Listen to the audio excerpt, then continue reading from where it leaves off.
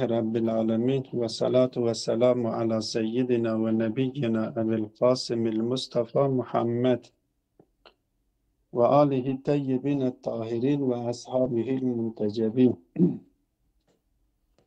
Hop. Beşinci fasıl biz söylemiştik fi ennel vücude hakikatun vahidetun müşekkiketun. Biz bu fasıldan önce demiştik ki İki tane kavram, iki tane mefhum söz konusudur. Bir tane mefhum-i vücut, bir tane de mefhum-i mahiyet mefhumudur. Vücut asıldır, mahiyet itibaridir. Bu doğrultuda biz bir kesretle yüz yüzeyiz. Yani biz insanlar olarak hayatımızı dikkate aldığımızda bir kesretle yüz yüzeyiz. Bir kesretin var olduğunu müşahede ediyoruz. Bu kesret mahiyete ait midir? Yoksa vücuda ait midir? Eğer kesret mahiyete aittir dersek, o zaman mahiyet de itibaridir. Kesret de itibari olmak zorundadır. Eğer biz kesret vücuda aittir diyor desek, bu kesrete ait nasıl açıklayabiliriz sorusu gündeme geliyor. Biz mahiyetlerde kesretin nasıl şekillendiğini açıklaması kolaydır. Onu beyan etmek normalde fazla bir dikkatlik istemiyor.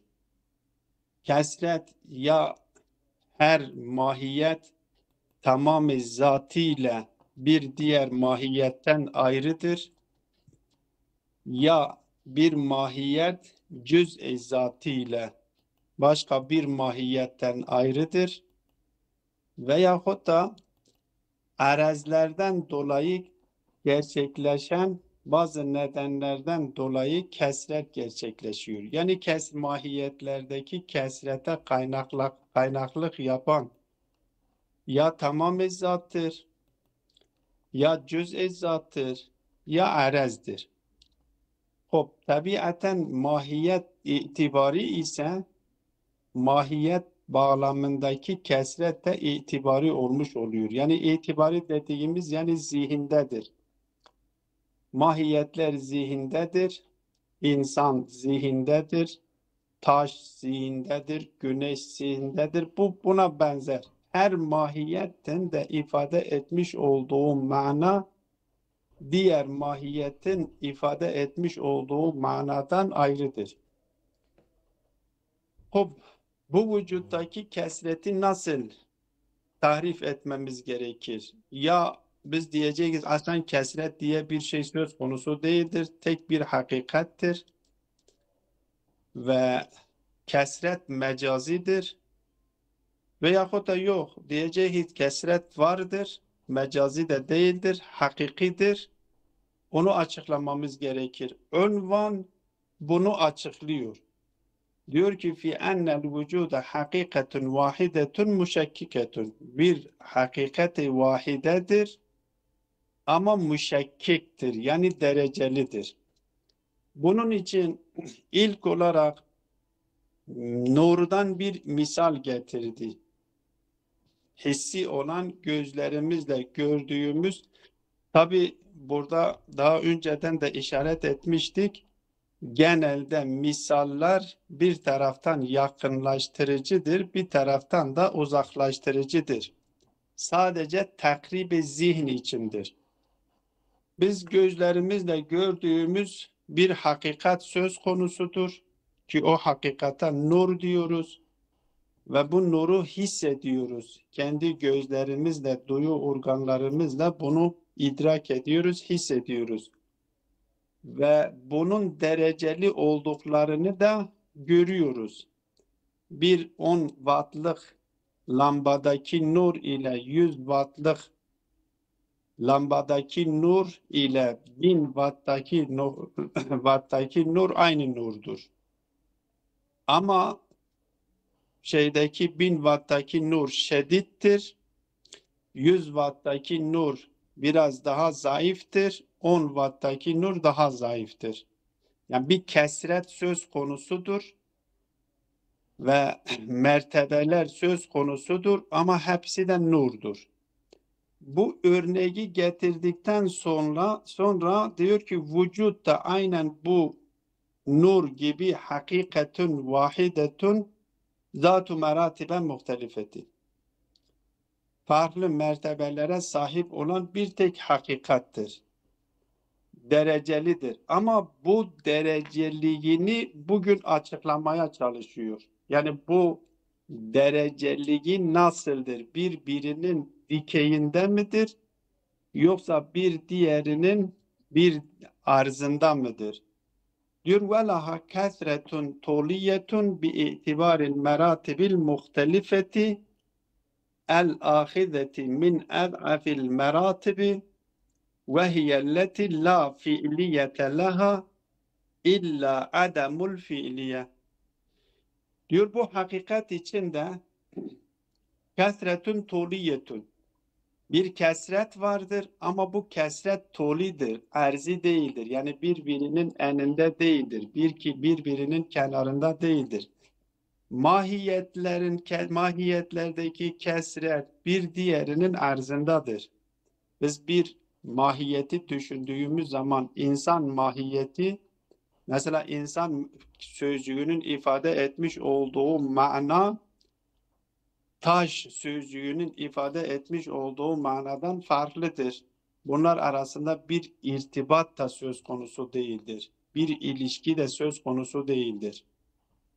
İnsan bir mana ifade ediyor, bizim zihnimizdedir. Taş bir mana ifade ediyor, zihnimizdedir. Bunların vücudu manasaldır, zihinseldir, zihindedir. Ve her birisi diğerinden ayrıdır. Ve her birisinin zihindeki vücudu kendisine aittir. Diğeriyle bir ortak yönü yoktur. Ama vücutta öyle değildir. Vücut çünkü bu zihindedir. Zihinde olduğu için itibaridir. Ama dışarıdaki gerçeklik öyle değildir. Dışarıda o var olan hakikat, bütün o hakikatler arasında bir ilişki de söz konusudur. Birbirinden ilişkisiz değildir.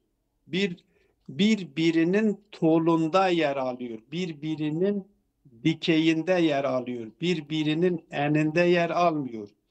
Diyor velaha kesretun toliyetun, bu hakikat için bir kesret vardır ve bu kesret de tolidir, dikeydir.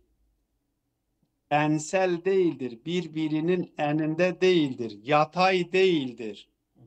Belki birbirinin dikeyindedir. Bu kesret de bir itibaril meratibil muhtelifeti, bu mertebeleri muhteliftir ki en düşük mertebesi el ahideti min ez'afil meratibi, en düşük mertebeden başlıyor ki o en düşük mertebesi de nedir? Ve hiyelleti la fiiliyete laha. Onda fiiliyet söz konusu değildir. Eğer kendisi için bir fiiliyet söz konusu ise de illa ademul fiiliyedir. Yani onun fiiliyeti de ademul fiiliyettir. En zayıf mertebedir.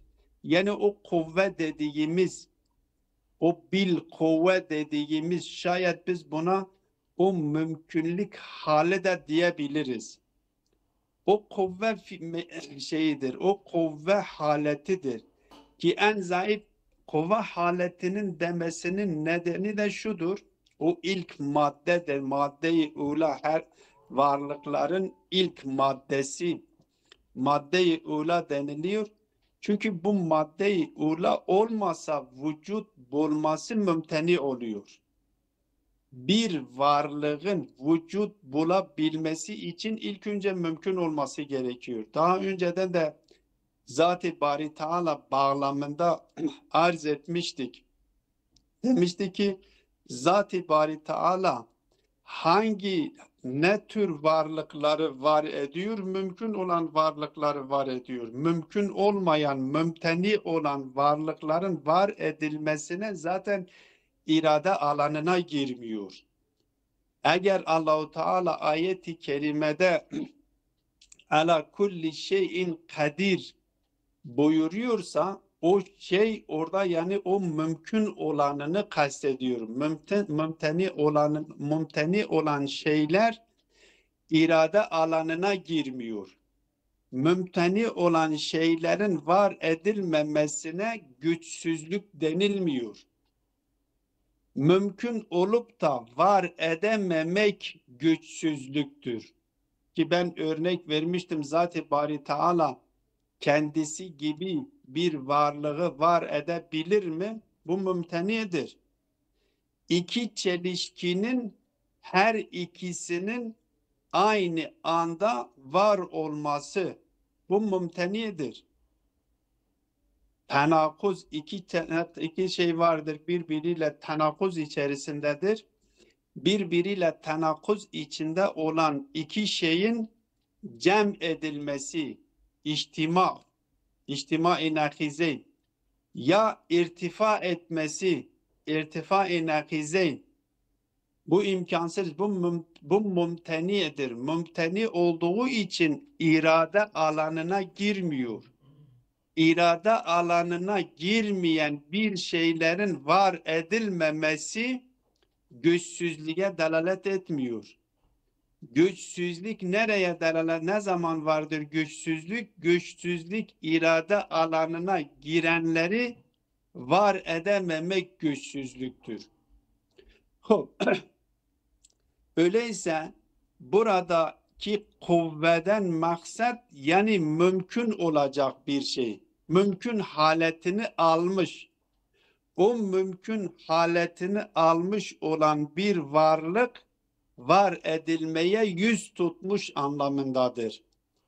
Onun için diyor ki en düşük mertebe, en zayıf mertebe hangi mertebedir? Hiyelleti la fiiliyete laha. Mümkündür ama fiiliyet bulmamış. Onun fiiliyeti nedir? Diyor fiiliyeti ademul fiiliyettir. En düşük mertebe budur. Ve hiye el maddetul ula. İlk madde deniliyor buna. Madde-i ula denilen şey de budur. Hiçbir varlık onun ilk maddesi şekillenmeden, elbette bu istidat konusunda da dünya madde, ben geçenlerde yine işaret etmiştim, demiştim. Madde aleminin özelliği istidatları barındırdığından dolayı madde alemi deniliyor. Yoksa madde alemi sadece öyle göze geldiğinden dolayı değil. Belki istidat ve potansiyel barındırdığı için buna madde alemi deniliyor. Mücerred aleminde istidat ve potansiyel yok. Mücerred olan varlıklar ilk baştan beri nasıl mümkün ise mümkün olduğu şekliyle var ediliyor. Artık onlarda istidat ve potansiyel söz konusu değildir. Dolayısıyla orada hareket de söz konusu değildir. Ama madde alemindeki varlıklar potansiyel barındırıyor. İstidat barındırıyor. Mesela bir insan annesinden doğduktan sonra küçüktür, büyümeye müsaittir, gelişmeye müsaittir, büyüyor. Kendisinde istidatlar vardır. Zat-ı Bari Teala insanlardan bunu istiyor. Diyor ey insan, sen istidatlarla donatılmış bir varlıksın.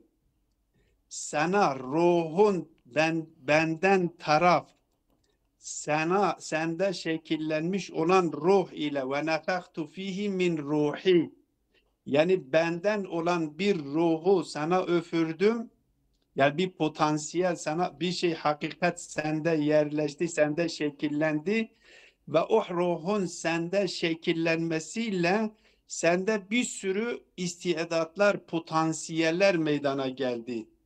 Öyle potansiyeller, öyle istidatlar sende meydana geldi ki sen benim halifem olabilirsin. Sen beni temsil edebilirsin. Temsillik nedir?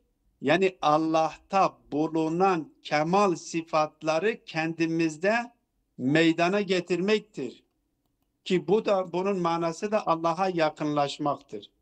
Sen böyle bir varlıksın. Sende potansiyeller meydana gelmiş. Sen kendini geliştirebilirsin. İlmini fazlalaştırabilirsin. İlmin fazlalaştırılmasıyla gücünü geliştirebilirsin.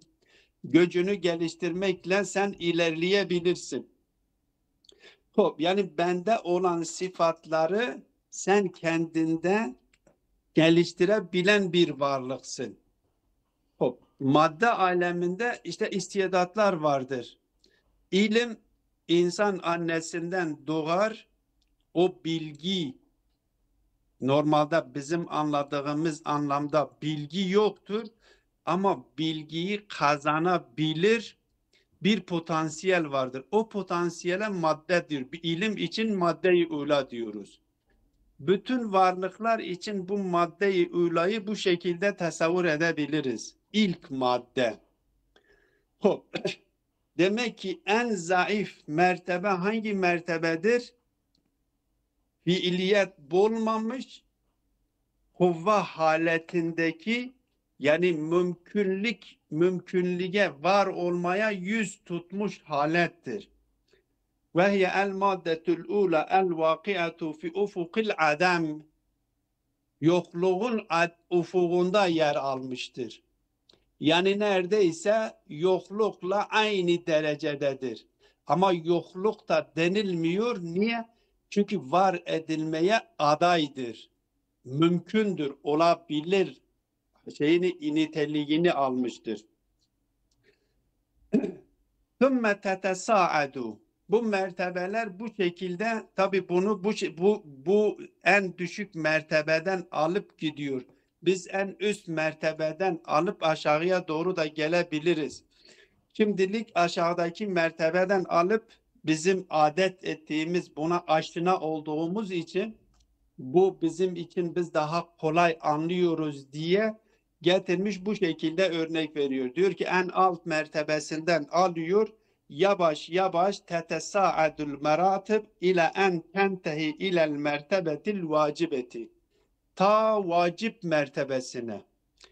Dikkat edin, vacip karşısında mümkün vardır. Mümkünlük bir mertebedir.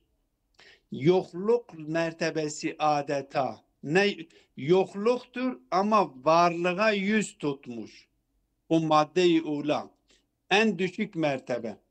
O vacip de vücudu kendisi için zorunludur. Yani sırful vücuttur. Sadece vücuttur. Vücudu kendisinden kaynaklanan vücuttur. Yok edilmesi mümkün olmayan varlık. Yokluk kendisi için mümtenidir. Vücut kendisi için zorunludur. Zaruretul vücut. Vücut kendisi için zorunludur. Çünkü varlığı kendisinden kaynaklanıyor. Ta o mertebeye kadar gidiyor. Onun için diyor ilel mertebetil vacibeti lizzatiha. Kendi zatından kaynaklanan mertebeye kadar yukarıya doğru çıkıyor. Öyleyse bir mertebe, o güneş misalini düşününüz. Güneş için bir güneş örneğini vermiştim. Şimdi güneş bir nurdur, hakikattir, nurdur. Ama onun ışınları aşağıya doğru gelmiş. Biz sanki aşağıdaki en düşük, nurun en düşük mertebesinden bakarak yavaş yavaş gidiyoruz ta güneşe kadar. Buradaki alt mertebedeki nur zati değildir ama güneşteki nur zatidir. o zati olan nur kendi o nurunu aşağı mertebelere göndermiştir. Vücut mertebe, vücut da aynı bu şekildedir. En yukarı mertebede vacibül vücut yer almıştır. Aşağıdan biz gidiyoruz ta en üst mertebeye kadar. Ve hiyelleti la hadde laha. Dikkat edin, biz burada o en düşük mertebe için dedik nedir? Dedik ki la fiiliyete laha. İlla ademul fiiliye. Yani onun için fiiliyeti ademul fiiliyedir. O zaman o en üst mertebede yer almış olan vücut mertebesi diyor la hadde laha illa ademul had. Yani onun haddi de ademul haddir. Had yok. Eğer had onun için tasavvur etmek istiyorsanız ona nedir? Ademul haddir. Çok. Ve laha, bu hakikat için, bu vücut hakikati için kesretun aradiyetun bi'itibari tehassusiha bil mahiyatil muhtelifetilleti hiye metharul kesreti. Diyor ki kendisi için bir kesretun aradiye de vardır. Toli, yani aradi bir şey, toli bir kesret olduğu gibi aradi bir kesret de söz konusudur. Ama bu aradi kesret zatından kaynaklanmıyor. Mahiyetler üzerinden biz varlıklara baktığımız zaman, mesela ben insan üzerinden vücuda baktığım zaman, taş üzerinden vücuda baktığım zaman, ya ağaç üzerinden vücuda baktığım zaman burada bir kesreti arazi, yani kesreti ensel, sanki birbirinin tolunda değil, birbirinin arzında, birbirinin eninde yer almış bir kesret de söz konusudur. Ama bu kesret nedir? Kesret mahiyetinden, mahiyet üzerinden biz bu vücuda baktığımız zaman bu kesret söz konusudur. Ama gerçeklikte ise o vücuttaki olan şey kesret tulidir, erzi değildir.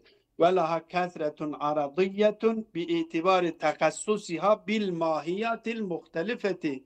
Yani her bir mahiyette bir vücudun mütehassıs olduğu, ona has kılındığı için. Aynen şey gibi olmuş oluyor. Mesela farz edelim, o okuduğum ayet-i kerimeyi dikkate alınız. Allah-u Teala buyuruyor ve nefektu fihi min ruhi. Ben kendi ruhumdan ona üfürdüm. Şimdi Allah'ın ruhundan üfürülen, ruhundan olan bir ruh üfürülmüş insana.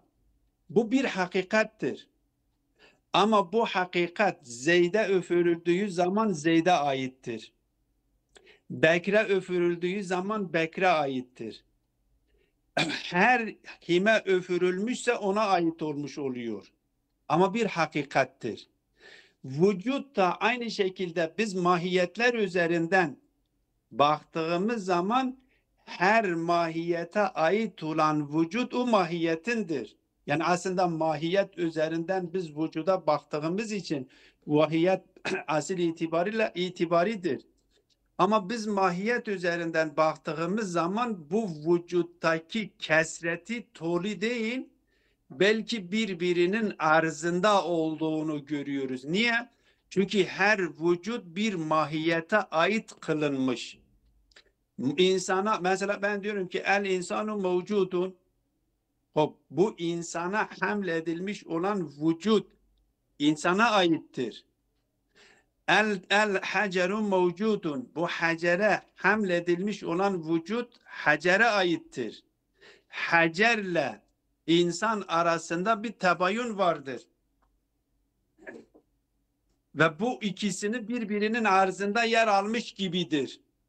Her birisine nispetlendirdiğimiz zaman bunlar sanki birbirinin arzında yer almıştır. Ama bu birbirinin arzında yer almaları aslında itibaridir. Niye? Çünkü birbirinin eninde yer almış olan bu kesret mahiyetten kaynaklanıyor.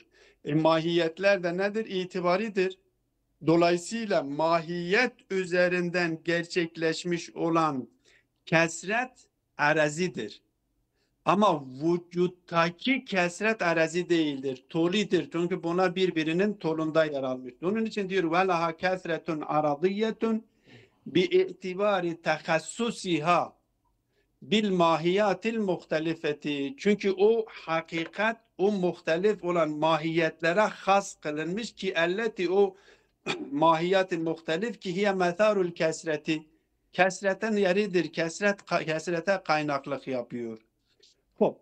Dolayısıyla vücut biz mahiyetlerden arındırmış şekliyle vücudu değerlendirdiğimiz zaman felsefi bir bakış açısıyla biz vücuda baktığımız zaman vücut kesirdir ama bu kesreti birbirinin tolundadır.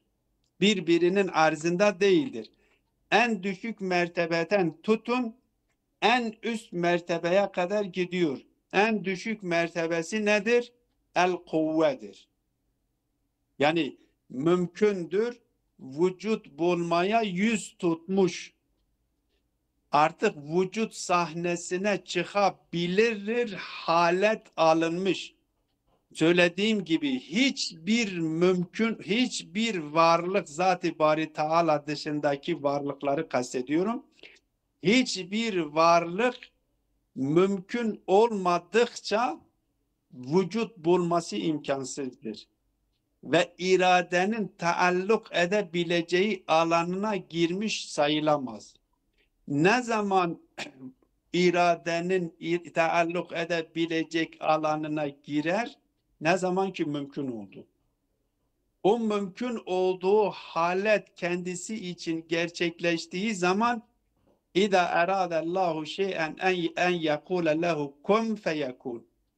Ol dedi, olu vermeye başlıyor. Ol dedi, eğer mücerred aleminde ise olu veriyor. Eğer madde aleminde ise o mertebelerini takip ediyor. Merhalelerini takip ediyor. Olu vermeye başlıyor. Aynen cennet insandaki şey gibi insanın içinde böyle bir durum söz konusudur. Ben bazen diyorum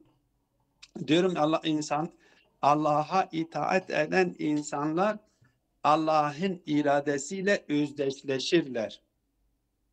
Allah'ın iradesiyle özdeşleşmiş olan insanlar da ahirette cennetliktirler. Cennete onlar da çünkü Allah'ın iradesiyle özdeşleşmişler. Allah nasıl ki bir şeye ol dediği zaman olu veriyor ise cennetteki insanlar da Allah'ın iradesiyle özdeşleştikleri için, aynıleştikleri için onlar da bir şey yani bir adeta Allah'ın teşrii iradesinin tecellisi olmuş oluyorlar. Orada ol dedikleri zaman olu veriyor. Dünyada biz ihtiyaç duyduğumuz bir şeyin arkasından gidiyoruz. Ama ahirette bu dünyada Allah'a itaat etmek üzerinden Allah'ın iradesiyle özdeşleşmiş olanlar o dünyada artık kendisi Allah'ın iradesi şeklinde tecelli ediyor. Bir şeye ihtiyaç duydukları zaman onun arkasından gitmiyor. Belki ol diyecek, olu veriyor. Çünkü Allah'ın iradesiyle özdeşleşmiş oluyor. İşte mümkün olan varlıklar Allah'ın iradesi alanına giriyor. Allah irade ettiği zaman ol der. Eğer mücerred varlıklardan ise olu veriyor. Eğer maddi varlıklardan ise yani olmaya yüz tutuyor. Ya ne oluyor? Artık süreç içerisinde olu veriyor. Bu kuvvet manasında en düşük mertebe burasıdır. Bu mertebeden tutun ki diyoruz ta ilk o en yüce mertebe ki Zat-ı Bari Teala oradadır ki vücudun kaynağıdır. Bütün varlıkların vücudunun kaynağıdır. Nasıl ki insanlardaki olan ruhların kaynağı nefektu min ruhidir ise aynı şekilde vücut da aynı şekildedir. Zat-ı Bari Teala tarafından bu vücut bütün varlıklara verilmiştir ve her varlığa da ne kadar vücut verilmiştir? Ne kadar mümkün ise. Mümkün olduğu oranda kendisine verilmiş. Biz vücut üzerinden varlığı değerlendirdiğimiz zaman bir kesret vardır ama bu kesret tulidir. Mahiyet üzerinden baktığımız zaman yine bir kesret vardır. Ama bu kesret nedir? Tuli değildir. Dolayısıyla erzidir. Dolayısıyla vücuttaki kesret mertebedir, teşkikidir. Zaaf şiddet şeklindedir. İllet ma'lul şeklindedir. Ama Sayın senin sesin gitti. Ha, efendim. tamam. Biraz gitti, geldi. Ama mahiyetteki kesret öyle değildir. Erzidir, birbirinin arzındadır, birbirinin enindedir ve aralarında illiyet, ma'luliyet de olmayabilir. Taşla insan gibi. Bu hakikatül vücut hakkında getirmiş olduğu kesretin nasıllığı hakkındaki bir açıklamadır. Ki bu görüşü Hikmetül Mütealiye kabul etmiştir ve Hikmetül Mütealiye bu görüşü kabul ediyor. Vücut çünkü mahiyeti itibari biliyor ve vücudu asıl biliyor ve vücuttaki kesreti de tolu biliyor. Eğer erzi olan bir kesret vücuda nispetlendiriliyorsa o da mahiyet üzerinden bakıldığı içindir. Eğer vücut üzerinden bakılırsa böyle bir şey söz konusu, böyle bir kesret söz konusu değildir. Ama bunun karşısında meşailerin görüşü nedir? Meşailer ne diyorlar? Diyor ve zehebe kavmun minel meşain ila kavnil vücudi hakaike mütebayineten. Ama meşailer demişler nedir? Vücut vücut nedir? Hakaike mütebayinedir. Bir tamamı zavatiha. Dikkat ediniz. Yani vücutlar arasındaki kesreti mahiyetteki kesret üzerinden bunlar meşailer değerlendiriyorlar. Şayet onlarda bu esaletül mahiyet meselesi çözülmediği için, halledilmediği için bunlar vücuttaki o kesreti de mahiyet üzerinden aslında yapmaya çalışıyorlar, açıklamaya çalışıyorlar. Diyorlar ki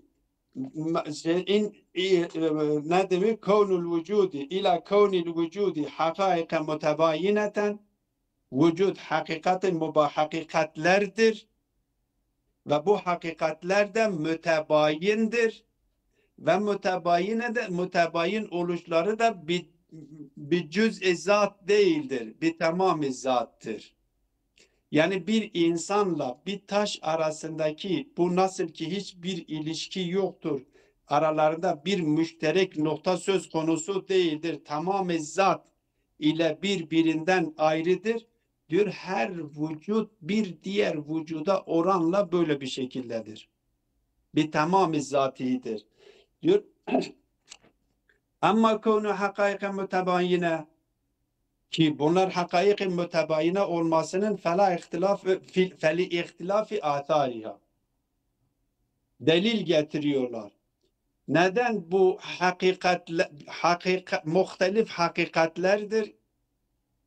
Birçok hakikattir ve bu hakikatlerden mütebayindir. Bir tamam-ı zat. Niye diyor? Feli ihtilafi atariha. Çünkü bunların eserleri farklıdır.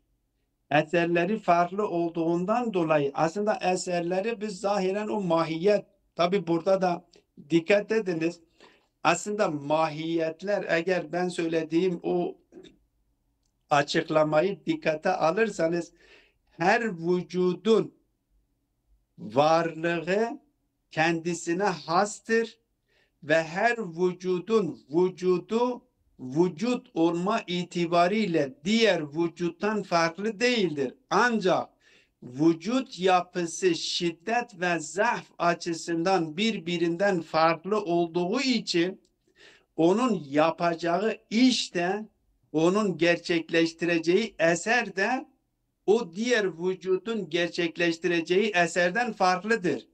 Ve o mahiyetler aslında o varlıklardaki varlık aleminde vücutların üstlenmiş olduğu rol, yani kendi vücut yapısına göre, kendi vücut yapılarına göre üstlenmiş oldukları rol, bir görevleri vardır. O görevler bakımından bunlar birbirinden farklıdır. Çünkü vücut olarak birisi vücudu şedittir, birisi zayıftır.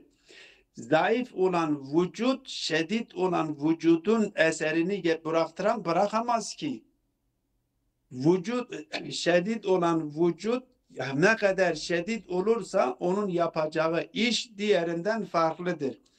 O işleri ifade eden mahiyettir. Yani aslında mahiyet dışarıda değildir. Mahiyet onların o yapmış olduğu iş zaten onlara aittir. Hatta mahiyetler bile eser kaynağı da değildir. Vücut eser kaynağıdır. Çünkü itibari olan bir şey eser kaynağı da olamaz.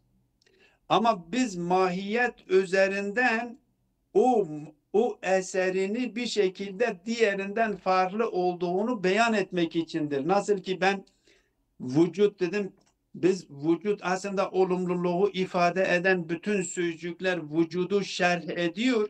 Biz o vücudun vücudun fonksiyonunu ortaya koymak için farklı olumlu kelimeler kullanmak zorunda kalıyoruz. Yani o vücudun hakikatini ortaya koymak için farklı sözcükler kullanıyoruz ki onun hakkını eda edebilelim. Mahiyetlere ihtiyaç duyulmasının sebebi de budur. O vücut, her vücut kendisine ait olan eserini gerçekleştirdiği zaman diğer vücudun kendisine ait olan eseri gerçekleştirdiği zaman birbirinden farklıdır. O farklılığı ifade etmek için ben birisine insan diyorum, birisine taş diyorum, birisine ağaç diyorum, birisine Allah diyoruz, birisine mahluk diyoruz. Dikkat edin, bunlar hep o rolü beyan ediyor. Yoksa vücut dışında, yani aslında vücuttur. Ama bunlar getirmişler. Bu diyor ki biz mahiyetler bunlar birbirinden tamam zatla birbirinden farklıdır. Mütebayindir. Niye? فَلِاِخْتِلَافِ آثَارِهَا eserlerinin farklı olduğundan dolayıdır. İmma kavnuhu amma kavnuhu hakaiken mütebayineten feliihtilafi athariha ve emma kavnuha mütebayineten bi tamamiz zevat feli besatetiha. Niye bunlar mütebayindir? Eserleri farklı olduğundan dolayı. Niye mütebayindir? Evet, niye hakaik muhteliftir? Diyor ihtilafi asardır. Ama niye mütebayini bir tamam zattır? Niye cüz zat değildir? Diyor ki feli besatet ya. Çünkü bunlar basittir. Basit dediğimiz zaman yani kendileri, çünkü biz bir mefhumu, bir mahiyeti tahlil ettiğimiz zaman zihnimizdeki insanı dikkate alınız. Biz insanı tahlil ettiğimiz zaman insan için hem hayvandır diyebiliyoruz, hem natıktır diyebiliyoruz. Öyleyse bu mürekkeptir, bu basit değildir. Basit olmadığı için biz bunları ne yapabiliriz? Müşterektir diyoruz ki ya ihtilafları cüz-i zattır ya ihtilafları arezden kaynaklanıyor. Ama tamam zattan kaynaklanmasının sebebi nedir? Diyor ki bunlar hepsi basittir. Yani biz bunları tahlil ettiğimiz zaman iki parçaya ayırabilecek nitelikte değildir. Her vücudu kendisine aittir, diğeriyle ortaklığı yoktur. Dolayısıyla aralarında bir müşterek nokta yoktur ki mesela diyelim ki biz insan için hayvandır, bir müşterek onun diğer varlıklarla olan müşterek yönünü ifade ediyor ve natıktır dediğimiz zaman ona özgü olan, ona has olan bir özelliğe işaret ediyor. Ama vücutlar öyle değildir. Diyor ki bunlar her birisinin vücudu kendisine aittir ve diğeriyle ortaklığı olmadığı için bunu biz ikiye ayıramayız. Bunları terkipten oluşmuş hakikatler değildir. Belki basittir. Feli besatetiha, basit olduklarından dolayı mütebayineten bir tamam zattır diyor. وَلَعَلَ هَذَا يَكُونُ مَفْهُمُ الْوُجُودِ الْمَحْمُولِ عَلَيْهِ. Biz bunu kabul edersek o zaman buna binaen ve ala hada yekunu mefhumul vücudi el mahmuli aleyha, o mahiyetlere hamledilen o vücut mefhumi aradiyen haricen anha lazimen laha. O zaman o vücut onlar için arazi olmuş oluyor. Haricen en zavatiha, zatlarından, o mahiyetlerinden, zatlarından ayrıdır. Lazimen laha, lazım olmuş oluyor o zaman. Ve her birisine hamledilmiş olan vücut o mevzuunda yer almış olanının anlamını veriyor. Tabayün, ki bunu da zaten esaletül vücutta getirdiğimiz delillerle biz bunu çürütmüştük. Burada Kemal Murat. Buyurun. أخي مقابلة لفظ طولي بعرض أم نكن أم بين بعرضه أما نخوش تفهمكن شو طولة كل ويد ما فهمكر أو بالطولي نوع يعني بدوام يعني لأبدين وكي كمو بيجي وش بيكون بيجي خارجا عنها ام عرضي فين بكن ني خوشتر ام التصورات يمكن شو او عرضي من فين نكر يعني او طول عرض ام دجني عرضي لا عرض بين عرضي ام بين عرضي عرض عرضيا لها انا عرضيا ان هو ام نب معنى مقابله طولي ام فين نكن ام مقابله ذاتي فين بما معنى Bele mukabele zatedir bu. Yani bu zat karşısında bir vardır, tul karşısındadır, arzdır. أبيت شما عرض مقابلة طولي قرد يا أزوي فهمنا عرض فدا عرض أو كنتي ديكي ياتاي دبجني ne أو سر براي Böyle yatay manasında. ne عرضا مقابل ذاتيني نسيل إن أري أما أخي إن أجريت بجم الجورة ظاهرة مطبقة أو معناه طول وعرض يعني لو يعني ديكي وشد الجرل سر براي وسر درجي ياتاي ديكي لبالي شاخكم معنا ديك يا أخي باعتبار تخصصها بالماهيات المختلفة التي هي مثار الكثرة المطبقة أو مقابلة ذاتية شاخكم بيجي وجود مفهوم الوجود المحمول عليها عرضيا خارجا عنها لازما لها لا يعني ليس من ذاتها مزاتي فهمت كده Şimdi şöyledir hocam. Böyle.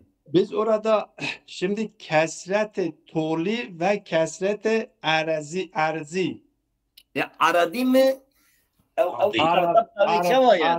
Arabi او مش بيركز يا نايبر Değil. Ben de burada şüpheliyim, ardi olacak. Ard diyorlar. Ardi. Ardi. Ard. Ardi. O zat karşısında kullanılana da aradi diyorlar. Arap. Böyle. Burada kendisi o birincisi toli karşısında ardiyetun. Velaha kesretun ardiyetun bi itibari tahassusiha bil mahiyatil muhtelife.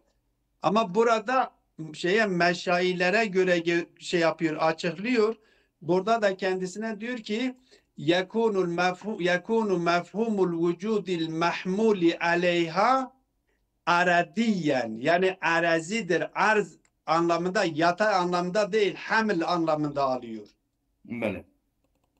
Ve haricen يعني هردو وكي هف أخي تزاني الجورة اللغات أوجي عرضها العرض خلاف الطولي. Aynen öyledir. O da hilaf-ı tol, bu da şeydir. Yani أوجي عرض يخوندن mesela o da ikisi مدقوقة عرض أوجي. Okunuş şekli ben değildir. Benim aklımda belki telaffuz Seyda. olarak yanlış yapabilirim. Yani ikisine de arazi deniliyor. Seyda'yı Arazi. mala Murat. Seyda'yı mala Efendim? Murat. Bele, Seyda'yı mala efendim. Murat. Dinliyorum. Ava kul karşı kuliyeye dabtavi ardı. Ard. Evet. Yani Evet. farayı. لغة Yani عرض farayı. Yani genişlik. Ava icadını araziye yani arada aleyhiye. Ben de öyle Ben- biliyordum. Ben de öyle okudum herhalde. Hele böyle. Yanılmasam Hele herhalde. rastı. اللغة لغة عرض أو جهان وميزان Na na. Na na her düne yakın. Her düne yakın Seyda. Ardu tul her düne ayrıye. Ardu tul ayrıye. Tul dereci ard farayı. İşte Beli. araziye leverdara. Araza aleyhi yani hamla serikir. Aynen, Her aynen kelime- öyle. Her dü kelime sözlük طيب. itibariyle ne yakın هم ezbeni? طبطبين هم شو هردو جهة اللغة ده Na na. أنا هردو Ezbeni. جهة عرض جهة بمعنى خلاف Seyda. الطول وعرض جهة Seyda. Seyda ezbeni. Vakta ku dabtavi çene be mana itibariyle zilhev yanlış tekirne. Ev ya arza vil ser yani hamla ve tetkil sere. Yani hamla mevcude vakta ku tebkil ser. Hamla mahmule bkil ser موضوع عرضه ويتكيل سري إجا آدني طولوي آيري عرضوي آيري يعني معناه إجا ودي آيري دبها من خطورنا نرن حرمتكم يعني Ben de öyle biliyordum Seyda. أو كلمات بلي. في شيء هم بيجن أولها كسرة عرضية باعتبار تحسب بلي. الغايات بلي بلي مقابل بلي عرضيتنا أو عرضية يعني بكرمانشي عليها عرضيا أو هيدا مزال معرف دارك أو دريج دينا دارك أو بلي. دريج بك أو جراتي قوتني طول إجا طول، فرات نو تشكي دريج فرات يعني. ديني وك سينية تشكي بدي برهاف ودنيجي أو زي جراتي قوتني عرض يعني تالعرضوي فرابكي صفري العرضي فرابكي دويتي بهاني إجا أو دني أو كنت بيجي حمل عليه المحمول عليها أو عرضيا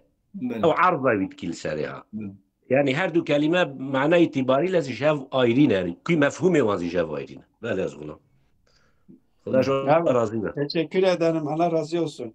Ben de o Neyse. şekilde biliyordum. Yani o Öyle. tol karşısında olan ardır.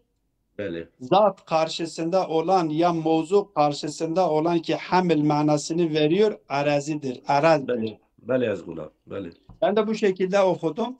Hop. Böyle. Öyleyse buradaki meşailer bunu esaletül mahiyet üzerinden gitmiş, mahiyetler üzerinden gittiklerinden dolayı vücudu arazi itibarı bilmişler. Arazi bilmişler. İtibaridir diyor. Vücut mahiyetten ayrıdır. Mahiyete arız oluyor. Arz ediliyor. Hamlediliyor. Dolayısıyla bu zaten esaletül vücutta da bu reddedildi. Vel hakku ennehu Seyda, vel orada- hakku ennehu orada- hakikatun Seyda, vahidetun müşekkiketun burada Heh. kendi görüşünü tekrar açıklıyor. İnşallah biz burada inşallah yarın devam Yarın- edeceğiz. Ve yarın devam sallallahu edelim. ala Muhammedin ve alihi teyyibine tahirin. Amin.